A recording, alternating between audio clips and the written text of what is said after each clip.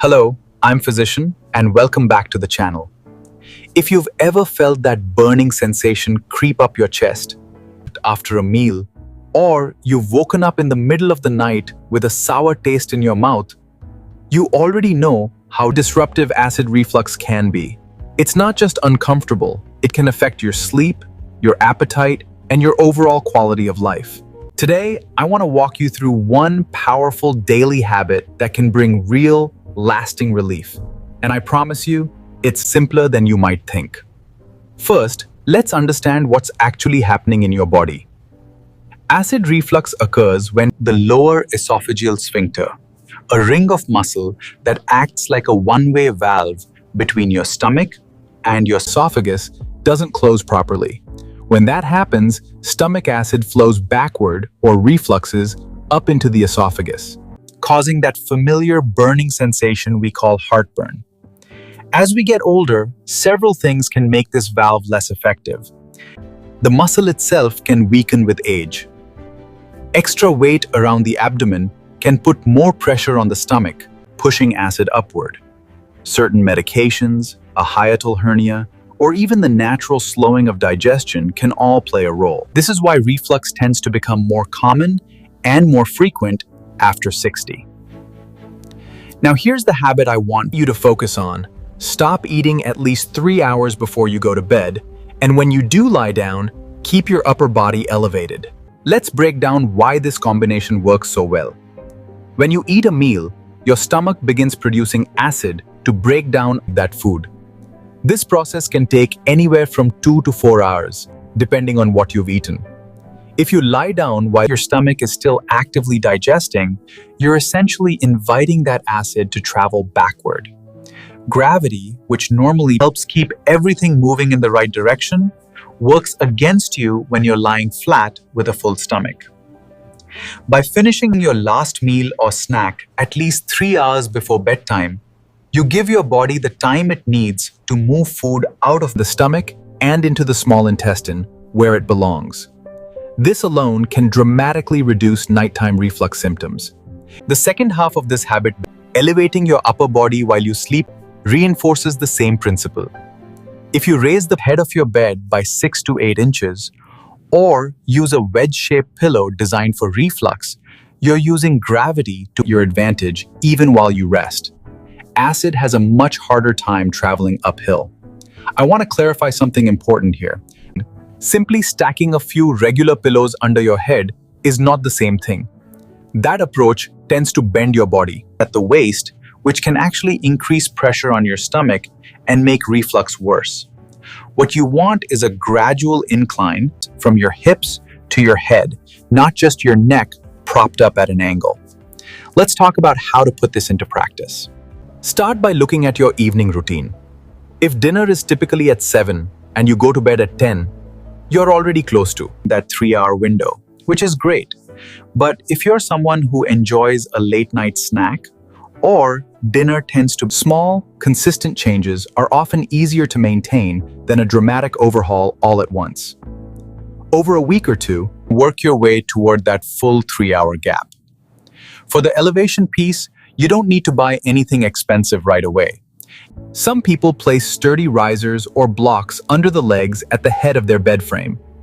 Others prefer a foam wedge that sits under the mattress or under the upper body directly. Whatever method you choose, the goal is a gentle, steady incline, not just a few extra inches under your pillow. Now, this daily habit works even better when paired with a few supporting choices throughout your day. Consider the size of your meals. Large meals stretch the stomach and increase pressure on that lower esophageal valve. Eating smaller, more frequent meals throughout the day, rather than 2 or 3 large ones, can ease that pressure significantly. Pay attention to your posture after eating. Instead of settling into a recliner or lying down on the couch after a meal, try to stay upright. Even a short, gentle walk after dinner can aid digestion and reduce the likelihood of reflux. Be mindful of common trigger foods. While triggers vary from person to person, some of the most frequently reported include caffeine, chocolate, citrus fruits, tomato-based foods, spicy dishes, and anything fried or heavy in fat. You don't necessarily need to eliminate these entirely, but noticing patterns between what you eat and when symptoms occur can be incredibly useful. Many of my patients find it helpful to keep a simple food journal for a couple of weeks to identify their personal triggers. Loose-fitting clothing can also make a difference. Tight waistbands and belts put additional pressure on your abdomen, which can push acid upward. Something as simple as switching to a more comfortable fit, especially in the evening, can ease symptoms. And if you smoke, know that smoking relaxes the lower esophageal sphincter, making reflux more likely.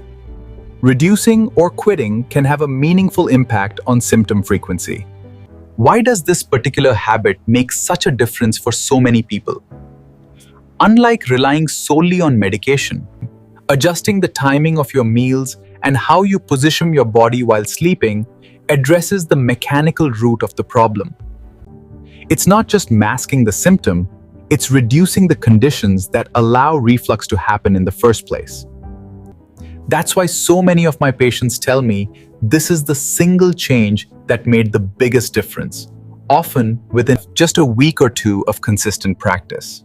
That said, I want to be honest with you, reflux can have many contributing causes, and what works beautifully for one person may need to be combined with other approaches for another. This habit is a strong foundation, but it isn't a guaranteed cure for everyone. A few situations where you should absolutely check in with that. If your reflux occurs more than twice a week despite these changes, if you experience difficulty or pain when swallowing, if you notice unintended weight loss, or if you ever have chest pain that concerns you, please don't wait. Speak with your physician. These can sometimes be signs of something that needs closer evaluation, and it's always better to be safe. To summarize what we covered today, the core habit is simple.